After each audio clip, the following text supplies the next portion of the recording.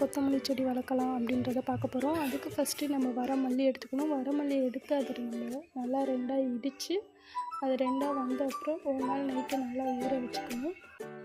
அதை நம்ம ஒரு தொட்டிக்கு நல்லா மேலாப்பில் நல்லா தூவி நல்லா கேப் விட்டு தூவி விட்டாலும் சரி, இல்லை லைன் பை லைனாக கோடு போட்டு அதுக்குள்ளே ஊனி வச்சாலும் சரி. இப்போ நம்ம மேலாப்பில் நல்லா தூவி விட்டோம் அப்படின்னா அதுக்கு மேலே லைட்டாக செம்மண், ரொம்ப நிறையா செம்மண் போடக்கூடாது, சும்மா லைட்டாக மேலே அந்த போட்டிருக்க விதையை லைட்டாக மூடி இருக்கிற மாதிரி. அப்போ தானே அது வெயிட் அதிகமாக இருந்தால் அதால் நல்லா க்ரோ ஆக முடியாது. அதனால் லைட்டாக செம்மண் போட்டுக்கணும். அதுக்கப்புறம் ஒரு 3 நாள் கழித்து பார்த்திங்கன்னா கொஞ்சம் நல்லா முளைப்பு வந்திருக்கும்.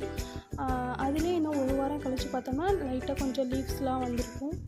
3ஆவது வாரம் கழித்து பார்த்தா முழுசாக நமக்கு கொத்தமல்லி கிடச்சிடும். இதை தான் நம்ம ஈஸியாக வீட்டிலையே கொத்தமல்லி செடி வளர்த்துக்கலாம். என்னடா மல்லி செடின்னு சொல்லிட்டு மிளகா செடி அதில் வளருதுன்னு பார்க்காதீங்க, அது கேப்சிகம் விதை